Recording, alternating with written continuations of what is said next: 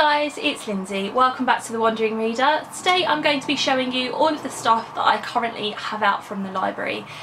So, I actually went to the library today and picked up a few more of my reservations. So I have 9 books out from the library. So let's just jump in to what I've got. The first one I have out is Susan Wigg's Summer at Willow Lake.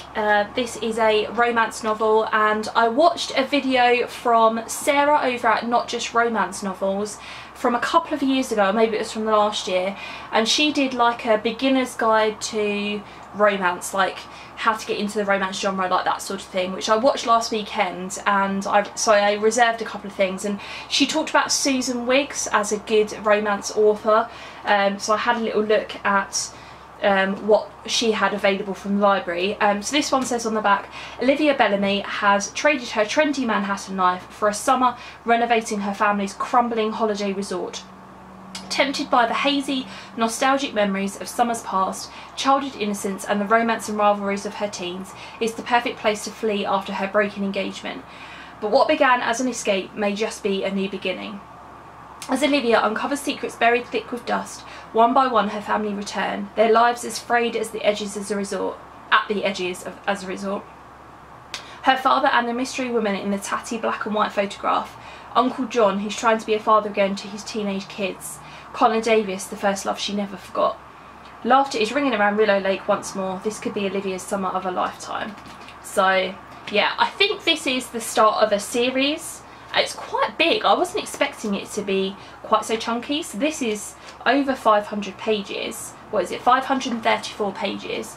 So, but yeah, I've just been in a real romance mood lately, and so this is perfect for that. I also have out, this is Summer Days and Summer Nights, edited by Stephanie Perkins. This is 12 summer romances, and this is told from a load of different YA authors like Leigh Bardugo, Cassandra Clare, Lev Grossman, Veronica Roth, that sort of thing.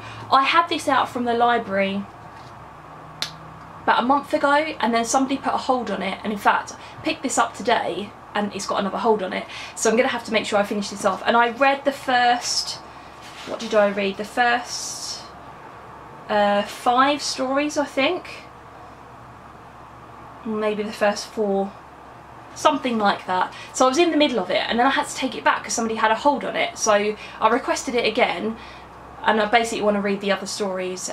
So yeah, I quite like reading short story collections just because I can read one and then put it down for a bit and not kind of worry about the fact that I'm in the middle of it. So yeah, there's that. I've had this next one on hold, I think since April. It's taken this long to get it in, and this is White Chrysanthemum, and it's by Mary Lynn Brock, something like that. This is one that I talked about in one of my Book Buzz videos. I think it was the first one for this year, so January to March or something like that. And yeah, so I was sort of thinking I should really get around to reading some more of the ones on those videos that I put up so I can review them for you. So I put a hold on this at the library, and it's taken since April to get here. So, and again, as I've picked it up today, looked on my library account, and there's another hold on it. So I've got to read this in the next few weeks. You get 3 weeks to read the books in my library system anyway. And anyway, so this is about 2 sisters. I think something happens at the beginning of the book where one of the sisters goes missing. Let's just read.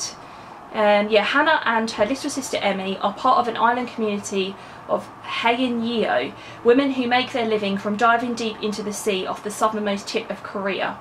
One day, Hannah sees a Japanese soldier heading for where Emmy is guarding the day's catch on the beach. Her mother has told her again and again never to be caught alone with one. Terrified for her sister, Hannah swims as hard as she can for the shore. So begins the story of 2 sisters suddenly and violently separated by war. Switching between Hannah in 1943 and Emmy as an old woman today, White Chrysanthemum takes us into a dark and devastating corner of history, but pulling us back into the light are 2 women whose love for one another is strong enough to triumph over the evils of war. I mean, that sounds absolutely fantastic. I think it's Krista from Books and Jams has read this and said really, really good things about it. So yeah, hoping to pick that up quite soon. Another romance novel that I picked up today was The Duke and I, and this is by Julia Quinn. I can't get over how massive this is. Oh, this is large print. Look at how big the font is in this. Julia Quinn is another author that Sarah mentioned in that video that I was talking about earlier, and I think this is a historical romance novel. So it says, after enduring 2 seasons, oh, it's historical, in London, Daphne Bridgerton is no longer naive enough to believe she'll be able to marry for love. But is it really too much to hope for a husband for whom she at least has some affection? Her brother's old school friend Simon Bassett, the new Duke of Hastings, has no intention of ever marrying. However, newly returned to England, he finds himself the target of the many society mothers who remain convinced that reformed rakes make the best husbands. To deflect their attention, the handsome Hellraiser proposes to Daphne that they pretend an attachment. In return, his interest in Daphne will ensure she becomes the belle of London society, with suitors beating a path to her door. There's just one problem. Daphne is now in danger of falling for a man who has no intention of making their charade a reality. Yeah.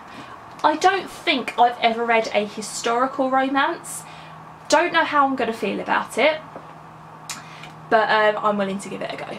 Okay, now, don't laugh at me or berate me for this next one, but this is what the library is perfect for. So, I picked up 50 Shades of Grey by E.L. James. Now, if you'd have talked to me about this one 6 months ago, I'd have said that this could go on a list of books that I will never read. I remember picking this up in a bookshop when this first came out, which is a good while ago now. How many years has this been out for? First published 2011. Okay. So yeah, it was probably 2012 when this came out in paperback, and I picked it up in a bookshop and I just flicked to a random page in it and just had a read of the writing, and I remember being totally put off by the writing and just, yeah, didn't want to read it. Yeah, just heard so many things about, you know, the fact that this isn't particularly well written, that sort of thing. But having said that, my mum recently has talked to me about this series and said, look, there's a lot of steaminess in it and that sort of thing, but it's actually got quite a good storyline to it. And Sarah from Sarah's Nightstand said a very similar thing to that when she put a video up on her channel. I think it was like steamy summer romances, like a recommendations video.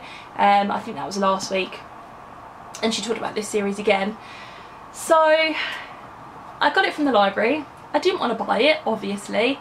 I got it from the library. I thought, well, even if I read the first couple of chapters of it and think, nope, can't do it, then I haven't really lost anything. So yeah, there's that one. The lighting's just changing here a little bit because the sun has decided to come out from behind the clouds, even though it's really hot today. It has been quite cloudy, so it's like kind of muggy hot. But yeah, so the sun's just come out and bathed the room in sunlight, so therefore the lighting has changed a little bit, so apologies about that. Anyway, the next book that I've got out is In Cold Blood, and this is by Truman Capote, and this, I believe, is sort of like a true crime book where Truman Capote is talking about this murder case. Yeah, so it says on the back, on 15th of November 1959, in the small town of Holcomb, Kansas, a wealthy farmer, his wife and their 2 young children were found brutally murdered. Blood all over the walls, the telephone lines cut, and only a few dollars stolen. Heading up the investigation is Agent Al Dewey, but all he has are 2 footprints, 4 bodies and a whole lot of questions. Truman Capote's detailed reconstruction of the events and consequences of that fateful night is a chilling, gripping mix of journalistic skill and imaginative power. And I've been wanting to read this for ages. Love true crime. I think, you know, I'm hoping it won't give me nightmares or anything like that. But yeah, so many people have really good things to say about this, so I thought I'd get that one. Next up is another non-fiction book, but completely the opposite of In Cold Blood, and it is How to Go Vegan. The why, the how, and everything you need to make going vegan easy. And this was published during Veganuary. Veganuary, I don't know how you say that. Anyway, so it was the thing in January about, you know, encouraging people to go vegan. And I saw Lauren from Lauren and the Books talking about this on her channel a couple of months ago now. She read it. She's not vegan, or she says that she's a vegan at home but a vegetarian outdoors.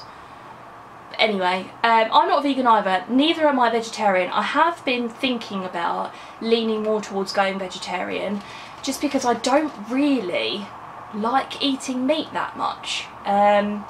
It's the texture of it a lot of the time. Yeah, it really puts me off. So yeah, I don't know whether I've mentioned this before, but whenever I go to a restaurant, a lot of the time I'll order something that's vegetarian. And I just prefer eating vegetarian food. So yeah, she said that this was a really good little guide to going vegan, and obviously I'm not going to go vegan, but I just think it would be a good, interesting thing to read in order to get kind of my head into that kind of lifestyle. And I've said a couple of times to colleagues of mine and stuff, I probably would be a vegetarian if I was organised enough to be, you know, if I wasn't so lazy, basically, because you do need to be a bit more organised when it comes to meal planning. And we do meal plan every week, but we have this kind of set list of things, meals that we kind of are our go-to meals, and it's about learning new recipes basically and stuff like that. So I mean, the 6 weeks holiday is a perfect opportunity for me to kind of get my head into learning some more recipes, and I actually bought a recipe book called Bosch, which is a vegan recipe book. I'll show you that in my July book haul, just to kind of get some inspiration and stuff. So I thought I would read this just because it might give me a bit more of an insight into how to get into that kind of lifestyle. So I haven't picked it up yet, and actually that's a shame. I should really be reading sort of a chapter or so of this every now and again.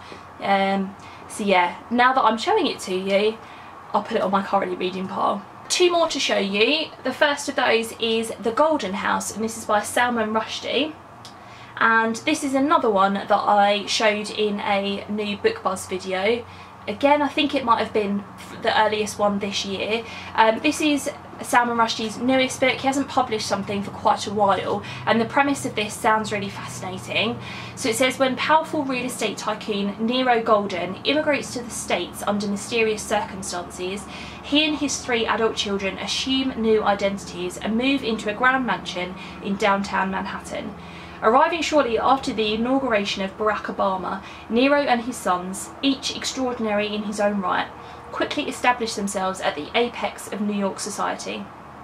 Their story is told by their neighbour Renee, an aspiring filmmaker who finds in the Goldens the perfect subject. Renee chronicles the undoing of the House of Golden, the high life of money, of art and fashion, a sibling quarrel, an unexpected metamorphosis, the arrival of a beautiful woman, betrayal and murder. In a new world order of alternative truths, here is the ultimate novel about identity, veracity, terror and lies. Not sure what veracity means, I'm going to have to look that word up in a bit. But yeah, I just remember being really caught up in the premise of this. Set in New York, love books set in New York. And I've read, what have I read by Salman Rushdie? Midnight's Children. About 10 years ago now. I remember reading it when I was in Australia. And I really, really liked his writing style, but I've not read anything by him since. The sun's just gone in behind the clouds. Oh dear. Anyway, yeah, I've not read anything by him since, so yeah, thought I would read his newest one. And then lastly is a book to continue a series, and that is Fire with Fire, and this is by Jenny Han and Siobhan Vivian. This is the sequel to Burn for Burn, which I read from the library earlier in the year and really liked. So this is even bigger than Burn for Burn was. How many pages is this? 517. But the Burn for Burn was quite quick to read, so I don't imagine this is going to be like one of those really dense books or anything like that. So yeah, thought I'd continue on with the series. Yeah, looking forward to that one. So there you go guys, they were all of the books that I have out from the library currently. I'd love to have a chat with you in the comments below. Have you read any of these? What did you think of them? Have you got any romance recommendations for me? Because like I said, I'm really in the mood for that. And what have you currently got out from the library at the moment? Thanks very much for watching, and I'll see you in my next video. Bye.